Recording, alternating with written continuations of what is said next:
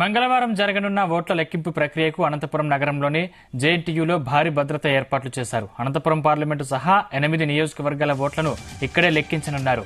3 అంచెల భద్రత ఏర్పాటు చేశారు. ఇప్పటికే ర్యాపిడ్ యాక్షన్ ఫోర్స్ బలగాలు నగరానికి చేరుకుని పహారా కాస్తున్నాయి. దీనికి సంబంధించి మరిన్ని వివరాలు మా కరెస్పాండెంట్ సాయి ప్రసాద్ అందిస్తారు. అనంతపురం జిల్లాలో ఇప్పుడు పోలింగ్ తర్వాత ముఖ్యమైన ఘట్టం కౌంటింగ్ ప్రక్రియను సజావుగా నిర్వహించడానికి అధికారులు పగడ్బందీ ఏర్పాట్లు చేపట్టినట్లు మనకు కనిపిస్తుంది. ఎందుకంటే అనంతపురం నగరంలో ఉన్న ఇప్పుడు జేఎన్టీయూ ముందర ఉన్నాం మనము. ఈ జేఎన్టీయూ ప్రాంగణంలోకి ఎవరిని కానీ అనుమతించడం లేదు. కేవలం ఐడి కార్డు ఎవరెవరికైతే ఉంది మాత్రమే వాళ్ళని మాత్రమే లోపలికి అనుమతిస్తున్నారు. మొత్తం ఆర్ఏఎఫ్ టీం కూడా ఇప్పుడు జేఎన్టీయూ వద్దకు చేరుకుంది. మొత్తం నగరంలో కూడా ఆర్ఏఎఫ్ టీం పహారా కాస్తుంది. ఎందుకంటే 2024 సార్వత్రిక ఎన్నికలకు సంబంధించి పోలింగ్ ప్రక్రియ ముగిసిన తర్వాత అనంతపురం జిల్లా తాడిపత్రిలో గొడవలు ఘర్షణలు చెలరేగిన నేపథ్యంలో ఈ అనంతపురం ఎస్పీని కూడా సస్పెండ్ కూడా చేయడం జరిగింది. ఇంతటి కీలకమైన పరిణామంలో ఇప్పుడు జిల్లాకు వచ్చిన కొత్త ఎస్పీ గౌతమి శాలి ప్రత్యేకమైన పటిష్టమైన అంటే ఈ కౌంటింగ్ ప్రక్రియను సదాలు కానీ ఎలాంటి గొడవలు ఘర్షణలకు తావు లేకుండా నిర్వహించేందుకు కూడా ఆమె ఒక ప్రణాళిక ప్రకారం నిర్వహిస్తున్నట్లు కూడా మనకు తెలుస్తోంది.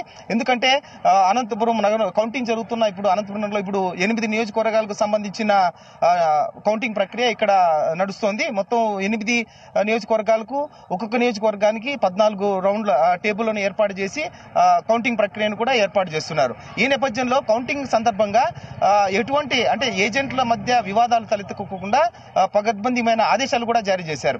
ఎందుకంటే కౌంటింగ్ సాగుతున్నప్పుడు ఎవరైనా వాయిస్ రైజ్ చేసినా కూడా వారిపైన పక్కాగా కేసు నమోదు చేయడం జరుగుతుంది. ఆ కేసు నమోదు చేయడం కూడా ఒకసారి వారి మీద కేసు నమోదు చేయడం జరిగితే మళ్ళీ ఎప్పుడైనా ఎలక్షన్లు జరిగితే ఆ ఎలక్షన్లలో వారిని ముందుగానే వారిని బైండ్ ఓవర్ కూడా చేయడం జరుగుతుంది. అంత సీరియస్ యాక్షన్ ఉంటుందని కూడా జిల్లా ఎస్పీ హెచ్చరికలు కూడా జారీ చేయడం జరిగింది. ఎందుకంటే మొత్తం రాష్ట్ర వ్యాప్తంగా పల్నాడు, తిరుపతి, అనంతపురం నగరాల్లో పోలింగ్ తర్వాత ఘర్షణలు జరిగాయి. అయితే అలాంటి ఘర్షణలు పునరావృతం కాకుండా కౌంటింగ్ జరుగుతున్న నేపథ్యంలో ఈ కౌంటింగ్ లో ఎలాంటి ఘర్షణలు కానీ ఎలాంటి వివాదాలు తలెత్తకుండా కూడా పగడ్బందీ చర్యలు చేపట్టినట్లు కూడా మనకు తెలుస్తోంది. ఈ ప్రస్తుతం మనం జేఎన్టీయూ ప్రాంగణంలో చూసుకుంటున్నాం. ఎక్కడ కూడా అన్ని మొత్తం అష్టదిగ్బంధనం ఏర్పాటు చేసినట్లు కూడా మనకు తెలుస్తుంది. ఎవరు కూడా అపరిచిత వ్యక్తుల్ని లోపలికి అనుమతించే ప్రసక్తి కూడా కనిపించడం లేదు. స్ట్రాంగ్ రూమ్ల వద్ద కూడా భద్రత 3 అంచెల భద్రత ఏర్పాటు చేశారు. అక్కడ ఎవరిని కూడా అనుమతించే ప్రసక్తి కూడా లేదు. ప్రతిరోజు కూడా ప్రతి గంటకు ఒకసారి కూడా అధికారులు అక్కడ వెళ్లి తనిఖీ చేస్తున్నట్లు కూడా మనకు తెలుస్తోంది.